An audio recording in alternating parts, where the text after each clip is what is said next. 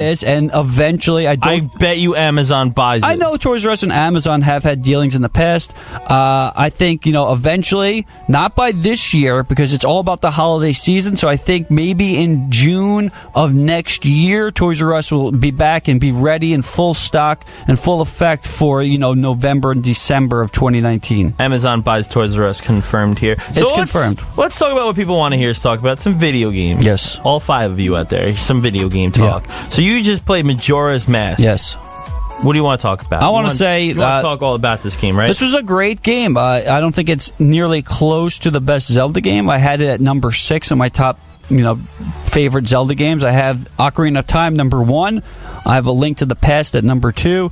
I have Wind Waker at number 3. I have the original Zelda at number 4, just for nostalgic reasons, because I think Breath of the Wild, which I have at number 5, is actually a superior game, but just for the fact, I have so many memories of playing that original one, and I've always come back to it. I think you got that Breath always... of the Wild pretty far down. Yeah, I just think Wind Waker's... I think I had more fun playing Wind Waker than I did Breath of the Wild, and I've kind of played them in the same year. Is that because Wind Waker's easier than Breath of the Wild? I don't think it's easier. I think some of the boss fights are a little easier, but I think they equally have some difficult parts.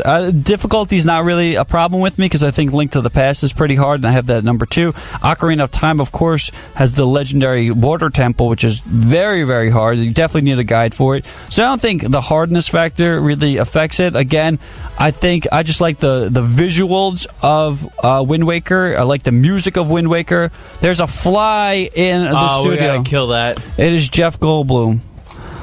Joe, now are you actually going to kill it? I'm going to go for it. Joe's going for it. Oh, he missed. It's like the episode of Breaking Bad.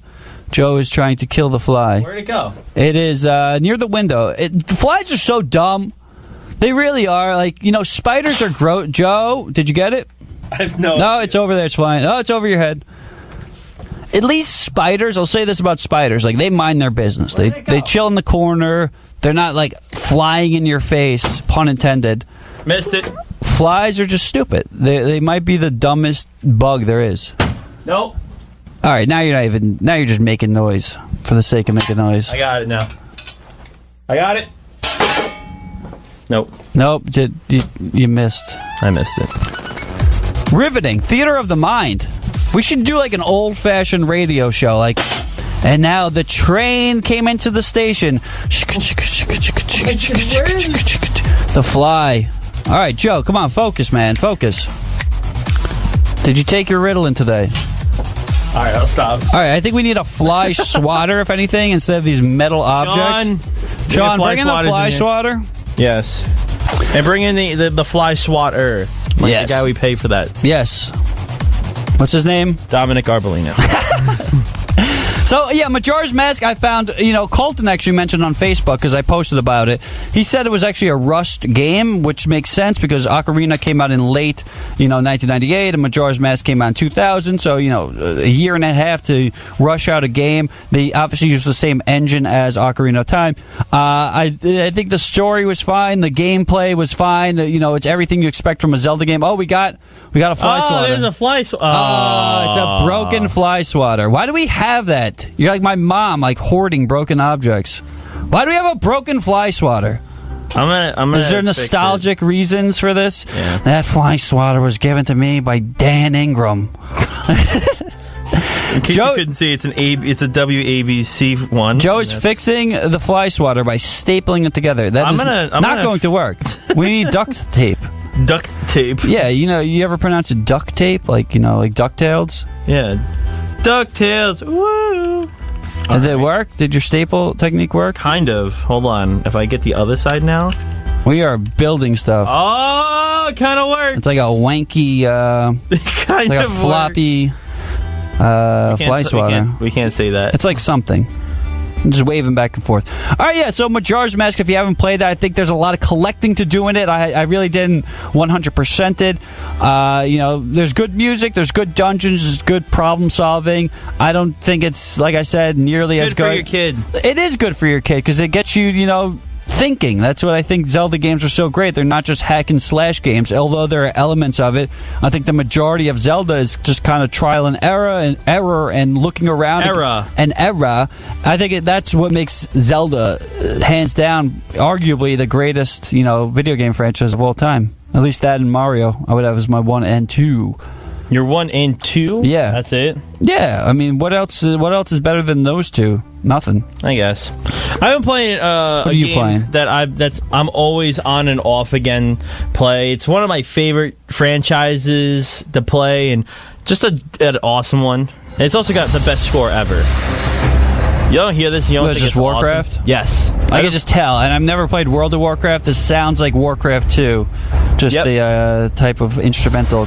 Well, it's actually pretty cool what they're doing. So this is the World of Warcraft theme. I love every time there's a new add-on. Before the add-on even comes out, what I like to do is I like to listen to they release the soundtrack early for the loading screen and everything, and I love listening to it every time. It's just an awesome score that they put out. You ever just do stuff in your life and realize, what am I doing with my life? Yeah.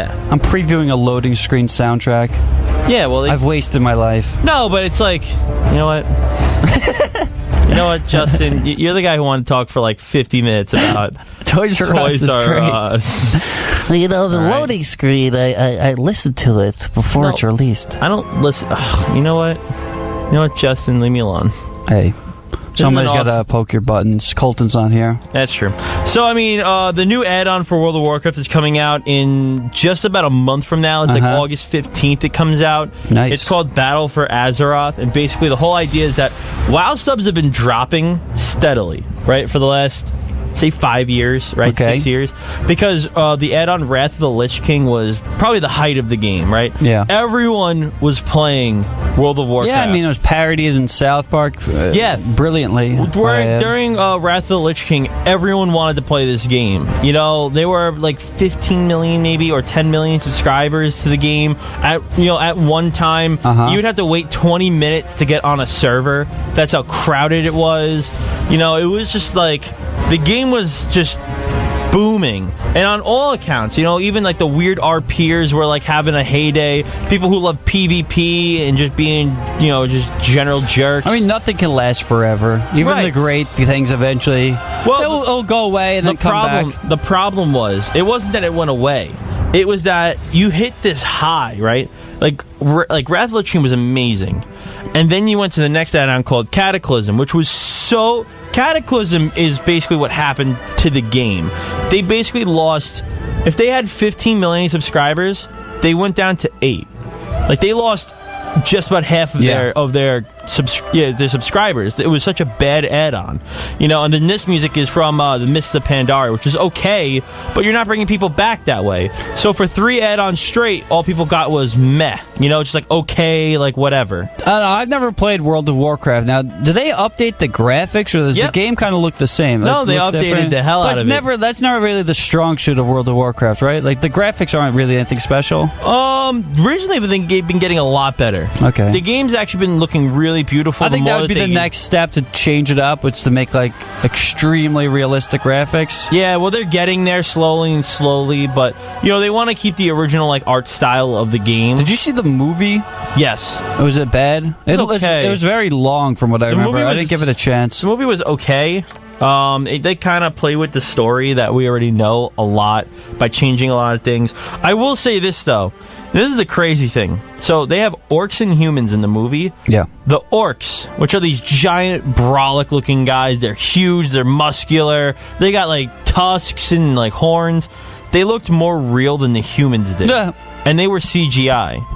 Obviously, they didn't get real orcs. No, I'm saying no prosthetics or anything. Yeah. They were fair point. The CGI looked real. I'll show you later. I can show you. I've seen the previews. On my 4K TV, my dad's not a Warcraft guy at all. Mm-hmm. He's not a very big video game guy. But I showed him this movie just to show him how awesome the graphics were. Yeah. And they were and he thought it was insane. You could see the sweat coming off of an orc like it was a human being. The attention to detail was insane. Now, how do we know orcs would sweat? Do dogs sweat? They because don't. they're like humans. Are they? Yeah. You want me to get into this? No, please, no. But yeah, so here's the thing. So the new World of Warcraft add-on is a callback to the days of Warcraft. Basically, there's no real like super story here. It's just they're fighting. That was the whole story originally. Yeah. That just the orcs came to this world and they just fought the humans because they did. They were an outside force and they wanted to live, and the humans are like, no. And they fought. There is a whole story, but that was the main premise that shot Warcraft to the heights that it did. It was just combat. It was just a war. It was a world that just never stopped fighting for whatever reason. I would love to sit down and play Warcraft 2 again. Right. So basically this whole it's a very good game. This whole add-on is basically bringing us back to that time of just destruction and death. There's no crazy storylines and romances. No, it's just gonna be two factions killing each other. That comes out August 15th? Yeah. All right. And the whole thing is that they're bringing back game modes from the RTS, but instead of it being RTS, it's gonna be like you're the soldiers. So they'll let's say they make like the AI says we need 50 of this unit. Yeah. You're gonna be that unit now. I'm the guy who has to mine the gold and chop down the trees. Yeah, so you're gonna be it's gonna be pretty cool. Everyone's gonna have functions and stuff. It looks pretty interesting. And if you win, it's not stupid. All right, now we just go back to the regular world. If you win, you own that part of the world now for a week or 2 weeks. It looks pretty interesting. All the things that they're saying they want to do. Will they go through with it? I don't know. But if they don't, they're really gonna lose a lot of people. Only time will tell. Yeah. Now, speaking of movies, we talked about World of Warcraft and the Warcraft movie. Now there's a video game movie coming out, and they just cast a pretty big actor, at least 20 years ago. Jim Carrey is going to play Dr. Robotnik in the Sonic the Hedgehog movie. Now, Deadline is reporting that the Sonic the Hedgehog movie has found its villain with the addition of comedian Jim Carrey, who will play Robotnik in the film. Carrey joins a cast for the live-action/animation hybrid. Okay, so that answers it. That includes ride-alongs, Tika Sumpter. What was Ride-Along? What was that? That was the movie with... I think that was with what's his name, Kevin Hart and Ice Cube. Yeah, that looked stupid. And Westworld's James Marsden. No. Let's break the fourth wall. Joe asked if we should take a break. He wrote it down. And I said no. Let's break the fourth wall. So, it's hard to read and talk at the same time and communicate. Just give me a thumbs up. I kind of did, and you kept on holding it up. All right, and Westworld's James Marsden, who is also, he's great in 30 Rock. I don't know if you've seen that show. And then I have, but what does he look like? He's Cyclops from the X-Men movies. Oh, okay. And he's also in Westworld. So I don't know who he's going to play, but I like the fact that this is live action/animation hybrid. Now, listen, sometimes that fails. Now, I'd say 9 times out of 10, I'm actually not a fan of that. But for this, for some reason, I think it will work if they keep it in a fantasy setting. I don't want to see Sonic go through a time portal or some sort of portal and end up, in New York City. Because that's the plot of every single one of these.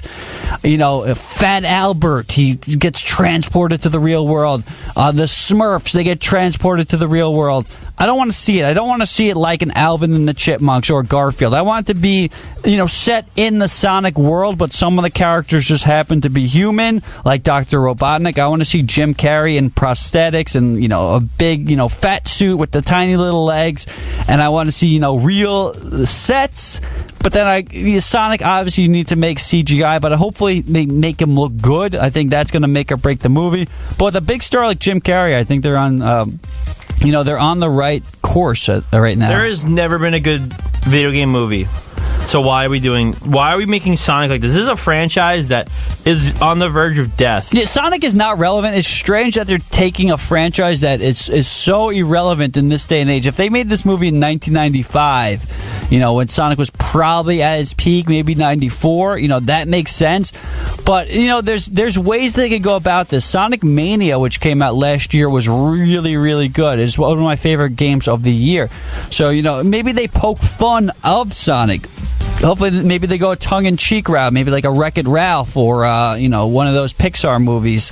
Hopefully it's not like an Angry Birds movie or there's a lot of bad video game movies. I hope they take the source material a bit seriously, but also can have fun with it. Because Sonic was never an interesting plot. What, Dr. Robotnik takes animals and transforms them into robots. There's not really much to delve into it. They had some English? Delve into it. I don't know. You said. And then I'm talking a lot, man. And then I know. Take a breath.